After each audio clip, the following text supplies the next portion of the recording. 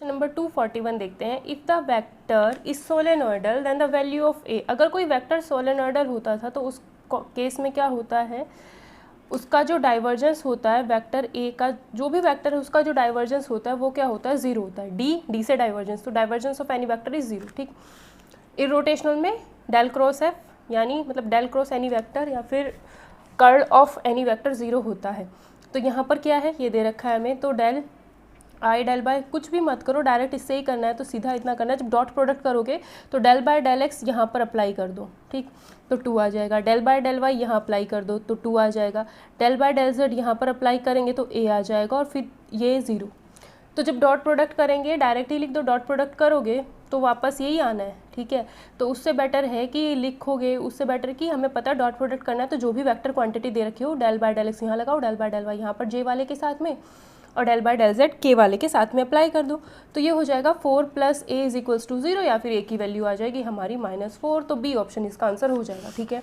Next question देखते हैं। Next question में कहा है कि 242 में हमें बोला है कि फाई कोई स्केलर फंक्शन है। स्केलर फंक्शन से पल इतना याद रखना कि इसमें आई जे के नहीं होगा। वेक्टर फंक्शन होगा तो उसमें आई जे के होगा। एक्स वाई जेड का कोई भी फंक्शन है, स्केलर है, मतलब उसमें आई जे के लिखा हुआ नहीं है, तो वैल्यू इसकी बतानी है। तो यहाँ पर कहा है डेल क्रॉस डेल फाई, यहाँ पर इसके बीच में कुछ भी डॉट वगैरह कुछ नहीं है, तो ये चीज़ हमसे पूछी जा रही है।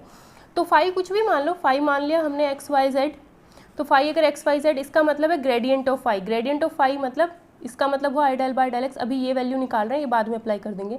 Del by del X plus J del by del Y plus K del by del Z, और फिर फाई मतलब एक्स वाई जेड, ठीक है। तो ये चीज़ यहाँ पर आएगी, तो x के रिस्पेक्ट में इसका डिफरेंशिएशन वाई जेड आई, फिर प्लस y के रिस्पेक्ट में इसका पार्शियल डिफरेंशिएशन हो जाएगा एक्स जेड जे हो जाएगा, प्लस k, और z के रिस्पेक्ट में इसका पार्शियल डिफरेंशिएशन एक्स वाई हो जाएगा। तो ये हमारे पास इसकी वैल्यू आई है। अब डेल के साथ इसका हमें क्रॉस प्रोडक्ट करना है, तो क्या होगा, जब हम क्रॉस प्रोडक्ट करते हैं तो i लिखा, j लिखा, k लिखा, फिर इसमें कौन होता है, del by del X, del by del Y, del by del Z होता है, और ये इसमें क्या है, वाई जेड एक्स जेड के एक्स, ये है, सॉरी एक्स वाई, के थोड़ा ही ना लिखेंगे, आई जे के, ये तो छोड़ते हैं ना, ये लिखा। बस ये डिटर्मिनेंट फाइंड करते हैं, तो आई वाई के रिस्पेक्ट में इसका डिफरेंशिएशन एक्स आएगा, जेड के रिस्पेक्ट में इसका डिफरेंशिएशन एक्स आएगा, तो एक्स माइनस एक्स 0 माइनस जे, तो एक्स के रिस्पेक्ट में इसका डिफरेंशिएशन वाई, इसके रिस्पेक्ट में इसका डिफरेंशिएशन वाई माइनस वाई 0, फिर के छोड़ते हैं, तो ये एक्स के रिस्पेक्ट में इसका z, इसके रिस्पेक्ट में इसका z, फिर से 0 आ जाएगा, तो ये वैल्यू 0 आ जाती है। यानी डेल क्रॉस डेल फाई क्या होता है, 0 होता है, ठीक है। फाई चाहे आप कुछ भी रखो, चाहे तो इस चीज़ को डायरेक्ट याद कर लेना, वरना ना हमें पता हो कि ये 0 होता है तो फाई हम अपनी मर्जी से कुछ भी मान करके वैल्यू निकाल करके देख सकते हैं कि डेल क्रॉस डेल फाई क्या होता है, हमेशा 0 होता है। बी ऑप्शन इसका आंसर हो जाएगा, ठीक है।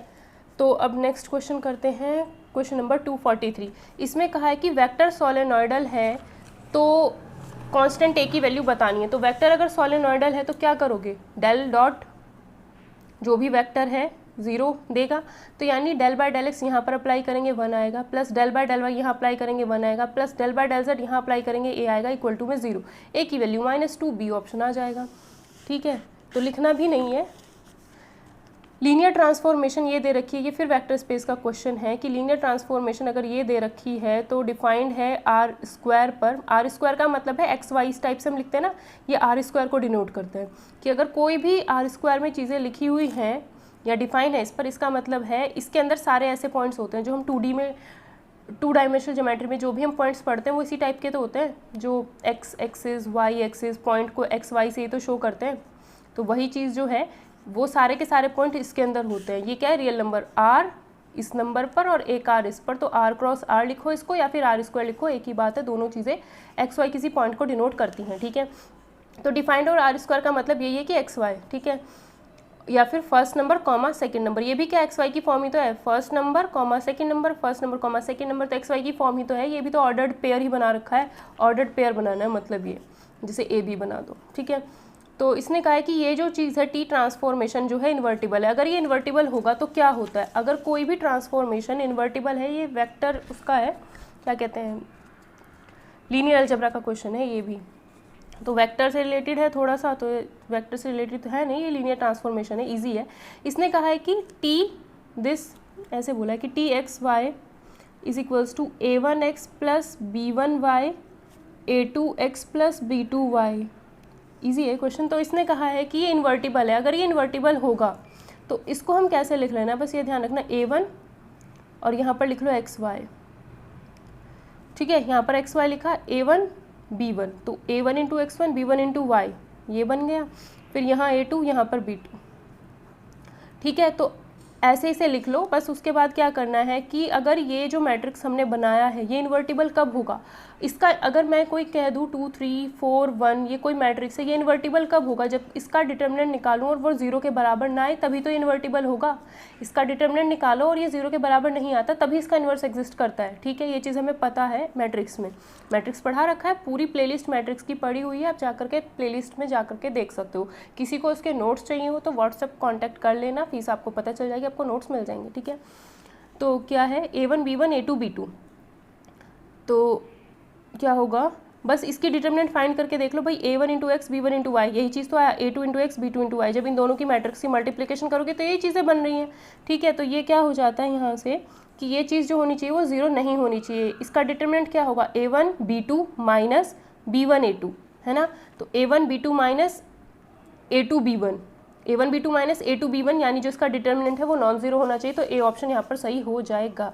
अगला क्वेश्चन कहा है कि r क्रॉस r वेक्टर ये दे रखा है, t की फॉर्म में दे रखा है, तो dr बाई डी टी और d2r by D T square हमें निकालना है। तो हम इसमें क्या करेंगे कि हमें जो r दिया हुआ है वो हमें क्या दिया है, वीडियो पसंद आए तो प्लीज़ एक लाइक कर देना। वेक्टर r दिया है 3t i cap plus 3t square j cap plus 2t cube k cap, ये हमें वेक्टर r दे रखा है। फिर कहा है dr बाई डी टी निकालो, तो dr बाई डी टी हमारा कुछ ये हो जाएगा 3t के रिस्पेक्ट में इसका डिफरेंशिएशन प्लस इसका डिफरेंशिएशन t के रिस्पेक्ट में 60j प्लस इसका डिफरेंशिएशन t के रिस्पेक्ट में 60 स्क्वायर k। फिर d2r by D T square भी निकाल लो, क्योंकि हमें दोनों की ज़रूरत है, ये भी निकालना है और ये भी निकालना है। ये कैसे निकलेगा, इसका दोबारा से डिफरेंशिएशन कर दो, ये तो 0 हो जाएगा, ये आ जाएगा 6j, ये आ जाएगा 12t k। अब देखो हमने dr by D T d2r by D T square तो हमने निकाल लिया है। अब इन दोनों का क्रॉस प्रोडक्ट करना है। अगर इन दोनों का क्रॉस प्रोडक्ट करना है तो i j k लिखेंगे, 360 और 60 स्क्वायर लिखेंगे, और ये 0 6 12t लिखेंगे। ये क्या चीज़ होगी, इसको निकालना है बस। i ये हो जाएगा 12×72 72t square minus 6×36t square minus j, ये हो जाएगा हमारा 12×36t, फिर माइनस 0 आएगा, ये है प्लस k, तो ये हो जाएगा 36×18। ठीक है, माइनस 0 आएगा। तो इसमें से हम चाहे क्या कॉमन ले सकते हैं, या तो 3t क्यों आ गया ये, एक मिनट, जे वाले के लिए निकालते हैं, 36t आएगा ये, सॉरी। तो यहाँ से 18 कॉमन आ जाता है, तो ये कितना आएगा, ये तो आपका 36t स्क्वायर ही आ जाएगा। 18 कॉमन आ रहा है, यहाँ से 36 लिखोगे तो 2t square i minus j और 2tj आएगा। ठीक है, प्लस k, तो ये आ रहा है हमारा answer, 2t square i minus 2tj plus k।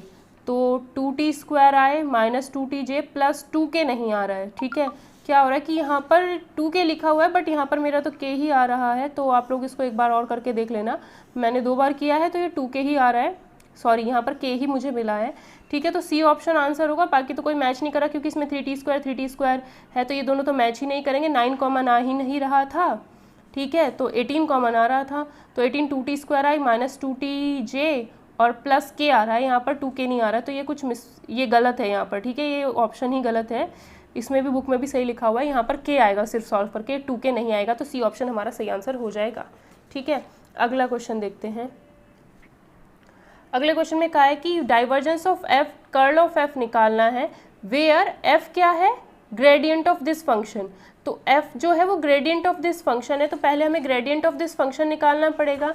तो f जो है वो हमारा ग्रेडियंट ऑफ एनी फंक्शन है, यानी ग्रेडियंट ऑफ जो फंक्शन है वो ऑलरेडी दिया हुआ है, gradient of x cube Y cube Z cube minus 3xyz, x cube Y cube Z cube minus 3xyz, ये चीज़ हमें दे रखी है। तो f ये है, तो पहले f निकालना पड़ेगा, तभी तो divergence f of curl of f निकाल सकते हैं। ठीक है, तो हम क्या करते हैं इस क्वेश्चन को करने के लिए, ग्रेडियंट ऑफ निकालना है, तो i del by del x plus j del by del y plus k del by del z, और यहाँ क्या आ जाएगा x cube plus Y cube plus Z cube minus 3xyz। ठीक है। तो आई एक्स के रिस्पेक्ट में इस पूरे का पार्शियल डिफरेंशिएशन करोगे तो 3x² मिलेगा, और फिर यहाँ से 3xyz का जब करोगे तो क्या मिलेगा 3yz प्लस j, जब y के रिस्पेक्ट में करोगे तो 3y² मिलेगा माइनस 3xz आएगा, प्लस k, जब z के रिस्पेक्ट में इसका पार्शियल डिफरेंशिएशन करोगे तो 3z² मिलेगा माइनस 3xy मिलेगा।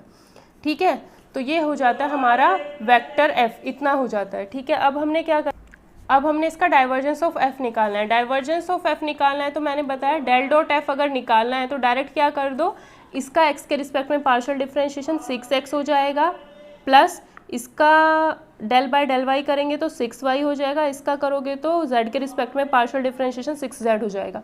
तो डेल डॉट f हमारा इतना आ जाता है। ये क्या पूछता है हमसे, दोनों निकालने हैं। ठीक है, तो हमारा जो डाइवर्जेंस ऑफ f आया है इतना आया है। ठीक है, क्योंकि जब डेल डॉट f करते हो तो i dot i, j dot j, k dot k 1 हो जाता है। तो सीधा सीधा याद रखना, जब डाइवर्जेंस निकालना है वेक्टर फंक्शन का निकलता है हमेशा डाइवर्जेंस, क्योंकि जब डाइवर्जेंस निकालते हो तो बीच में डॉट होता है, और डॉट होता है तो दोनों साइड वेक्टर क्वांटिटी होनी चाहिए। ये भी वेक्टर होता है, इसमें भी i j k होता है, ये भी वेक्टर होता है, इसमें भी i j k होता है।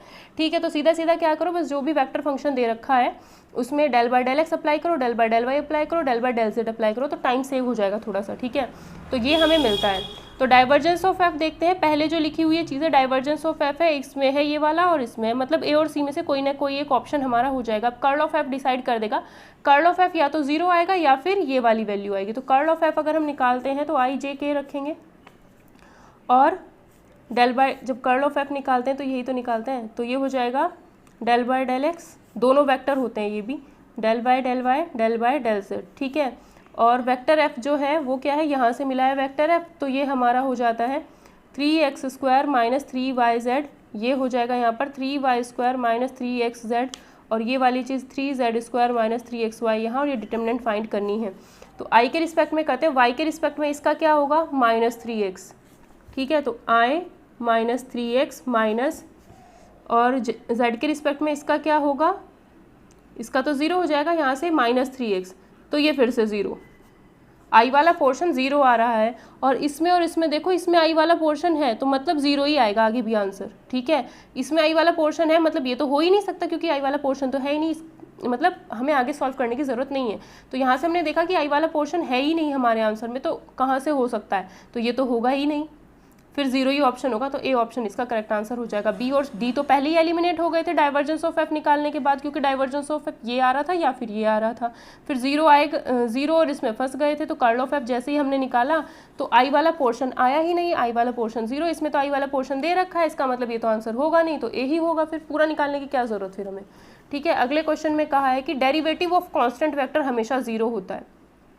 ठीक है, कांस्टेंट वेक्टर कोई भी हो, अगर आपको कोई भी वेक्टर दे दिया जाए i प्लस जे प्लस के, उसका डिफरेंशिएशन करोगे तो 0 वेक्टर ही मिलेगा। ठीक, तो सी ऑप्शन आंसर हो गया। F be the solenoidal vector, तो कर्ल ऑफ एफ बताना है, तो इसने हमसे बहुत बड़ा क्वेश्चन पूछ लिया है। तो इस क्वेश्चन में हम क्या करेंगे, इसने कहा है F be the solenoidal vector, मतलब डेल डॉट एफ क्या है 0 है। ठीक है, तो कहता है कर्ल ऑफ एफ, मतलब डेल क्रॉस, इसकी वजह से दूसरा डेल क्रॉस, इसकी वजह से दूसरा डेल क्रॉस, और फिर एफ, 3 बार कर्ल है तो 3 बार डेल क्रॉस डेल क्रॉस। तो पहले ये देखते हैं ये क्या आएगा। अब डेल डॉट एफ 0 है तो इसका क्या किया जाए, तो यहाँ तक का पोर्शन सॉल्व कर लो। इसमें क्या है, ये वेक्टर ट्रिपल प्रोडक्ट है, वेक्टर ट्रिपल प्रोडक्ट है। अगर स्केलर ट्रिपल प्रोडक्ट होता तो इसकी वैल्यू यहीं पर 0 हो जाती, अगर यहाँ पर डॉट होता। ये है वेक्टर ट्रिपल प्रोडक्ट, तो इसको हम कैसे सॉल्व करते हैं, डेल क्रॉस क्या करते थे, पास वाले का दूर वाले के साथ डॉट प्रोडक्ट, और फिर ये बाहर माइनस, फिर पास वाले का पास वाले के साथ डॉट प्रोडक्ट, और फिर ये दूर वाला बाहर। ये चीज़ क्या, इसकी वैल्यू तो 0 दे रखी है, तो ये चीज़ तो हमारी 0 हो गई। तो डेल क्रॉस ये वाला पोर्शन डेल डॉट डेल करोगे तो माइनस मैंने बाहर लिख दिया, तो ये आएगा डेल स्क्वायर एफ। ठीक है, तो हमारा जो आंसर आ रहा है इस चीज़ को सॉल्व, ये तो 0 हो गया। ठीक है, इसकी वैल्यू डेल स्क्वायर, तो हमारा आंसर इतना आ रहा है minus del cross del square F.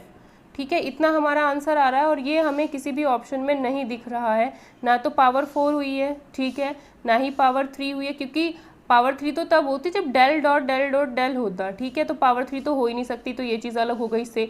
Del square है ही नहीं, डेल स्क्वायर एफ थोड़ा ही ना आया, ये थोड़ा ही ना आया, ये भी तो है शुरू में, तो डी ऑप्शन इसका आंसर हो जाएगा। नेक्स्ट क्वेश्चन देखते हैं, what is the dimension of the subspace W of R cube where this दे रखा है। तो जब भी कोई डब्ल्यू सब स्पेस हमें दे रखा होगा तो उसके लिए हम डब्ल्यू सब स्पेस की डायमेंशन हम कैसे निकालेंगे। तो ये जो इक्वेशंस हमें दी हुई होंगी, इससे क्या करना है, फर्स्ट इक्वेशन और सेकंड इक्वेशन से क्या करना है, इसमें 1 2 1 लिखा है तो आप 1 2 1 लिखो, फिर 2 1 3 लिखा है तो 2 1 3, तो ये मैट्रिक्स बनानी है। वही बात हो गया, ये मैट्रिक्स और इधर एक्स वाई जेड और इधर फिर 0 0 0 आएगा। तो ये जो दो इक्वेशंस थी उनकी हेल्प से हमने ये बनाया। या फिर आप देख सकते हो 1 into X 2 into Y plus 1 into Z equal to 0 आएगा, तो वही यहाँ आ रहा है, ठीक है। और ऐसे ही 2 into X 1 into Y 3 into Z equal to 0 आएगा, तो वही यहाँ पे आ रहा है, ठीक है। तो इन दोनों इक्वेशंस की हेल्प से हमने ये क्या बनाई, मैट्रिक्स बनाया। तो बस इसको देखना है इसकी रैंक कितनी आती है, ठीक है। तो अब हमारे पास 1 2 1 2 1 3 और इसकी रैंक देख लेते हैं। तो R2 arrow R2 minus 2R1 यहाँ अप्लाई करते हैं तो क्या हो जाएगा 1 2 1 0, 2 इंटू इसमें 2 से मल्टीप्लाई किया, इसमें से माइनस, इसमें 2 से मल्टीप्लाई किया, इसमें से माइनस कर देंगे -3, इसमें 2 से मल्टीप्लाई करेंगे, इसमें से माइनस हो जाएगा 1 आ जाएगा, तो ये हमारा आया, ठीक है। अगर आप इसे 0 बनाने की कोशिश करोगे तो यहाँ पर कोई ना कोई नंबर आ जाएगा। तो इसमें क्या हो रहा है, मतलब दो हमें वेक्टर्स मिल रहे हैं, ये दो रोज जो हैं हमें मिलेंगी ही मिलेंगी, ये दो रोज जो हैं हमें मिलेंगी ही मिलेंगी।